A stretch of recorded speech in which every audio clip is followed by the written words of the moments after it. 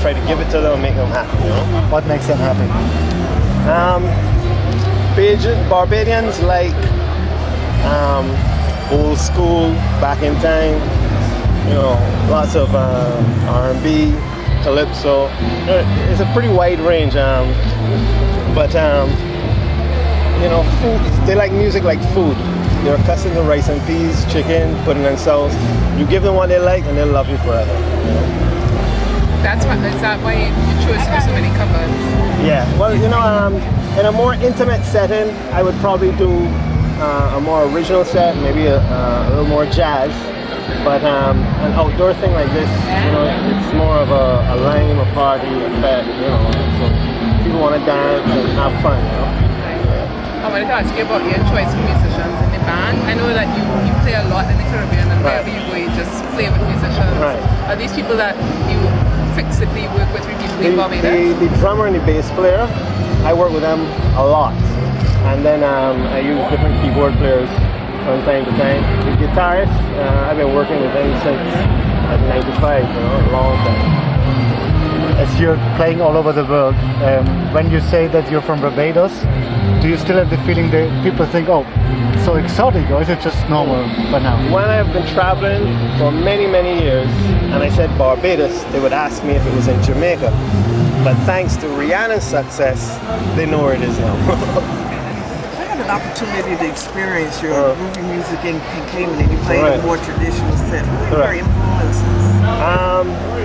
Dexter Gordon, Sean Coltrane, Charlie Parker, Cannonball Adderley, Stan Getz, lots of Frank Sinatra. I listen to Duke Ellington, Count Basie, Coleman Hawkins. You know, my favorite band is Miles, Cannonball, Coltrane. That's my favorite stuff. And then as far as contemporary saxophonists, I would have to say my major influences: Grover Washington, followed by Dave Sanborn. You know, that's basically it. Yeah. Were you here years ago when Grover played here? Yes, and I had the opportunity to introduce him, meet him, hang out a bit. It was a really wonderful time, and I actually gave him a call and he called me back, which I thought was pretty amazing. Really special guy. And his album Wine Light was the first album I ever bought when I was at school, about 15 years old. And I'd practice it every day till I wore it out. Then I had to go and get another one. He stood in the same spot, you know. Yeah, you're correct. Is that right? Remember that? Yeah, I remember. Yeah, it was an amazing Any words day. of encouragement for Haiti? Any projects to help them? I think the Barbadian music community is planning to do one soon. Next week. Yeah. Okay. Right. So, yeah. Now, is this the first time you've had Marisa and Toni together? Well, I've worked with Toni many times, and also Marisa, but it's the first time we probably worked together as a group. And how'd that work out for you, Toni? Fantastic. Yeah? I love Turo. He's a fantastic musician and a fantastic friend. So we just know what we got to do. So we just bring the music to the people and just let it go. Now, have you and Marisa played off each other like that before? Or?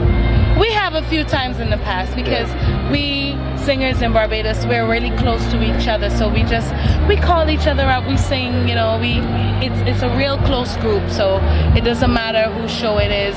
We just know we're gonna sing and we're gonna do our very best. Okay, great. Okay, make space, make space. Make space. Go in, darling. Complete now. 2010. I'm going to St. Lucia the end of this month with Blue Hinkson, do a concert there. In February, do some work with Roberta. In March, I go to Dominica for an AIDS awareness concert with Arturo Sandoval headlining and some Dominican groups. And I take pretty much most of these guys that I'm seeing here. And then the following month I go to Cayman. And everything else is tentative after that, waiting deposits and confirmation. You mentioned a lot of musicians. What about Sonny Rollins? Of course. That one's obvious if you were listening. Yes, definitely. Marisa, how is it how is it to sing with one of the legends of this island? I'll tell him in his ear. Like I said on stage, I'll tell him later. It's phenomenal. It's a pleasure. It's an honor to work with Mr. Arturo Tappin. I was very, very, very proud to be on that stage. 100% Bajan. Yeah. How did it feel to be the two women of the week? pretty good, isn't it? Yeah, it's awesome. It's awesome. How can you put Barbados into your saxophones anyway? Well, I can't help the way I speak. I have a Bajan accent, so everything I play will have that lilt, you know? The way I walk, the way I talk, the music, the food I eat, it'll all come out of the music. But in the instrument, like technically. Technically? Yes. Well, I use phrases that are common to some folk music. Like if I'm playing calypso in particular, there are things that are specific to Barbados and specific to Trinidad. In reggae, there are certain melodic and rhythmic lines that are specific to Jamaica. And St. Lucia, you know, they have their own Creole music, and I've made an effort wherever I travel. If I go to St. Lucia, I'm going to do some Creole music.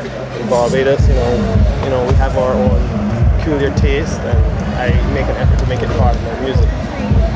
This festival, we experience a very wide interpretation of jazz. How would you define jazz? How would I define jazz? I would not define it in a way that was once used by Wynton Marsalis. For him, it has to swing, and it's not just improvisation. And perhaps that works for him because it was probably developed more in that region than here. But our indigenous music, the Caribbean rhythms we use and we improvise, and perhaps we have a different definition for swing, you know, once the bass and drums are locked in and stuff like that. But we definitely have a kind of Caribbean improvisation, and because of that, you know, I guess around here we call it jazz, and worldwide, jazz is now, to some people, is kind of a code word, where we have these music festivals, R&B and pop, and I think for some reason people have been using jazz to separate the masses, because a lot of them would love this music, but it has become such a class thing. They use jazz to keep away the masses, when really and truly, if they called it a music festival, everyone would come. Everybody. Yes. But sadly, some people don't like to be around everybody, and jazz has been used in a very negative way. But I grew up listening to Frank Sinatra with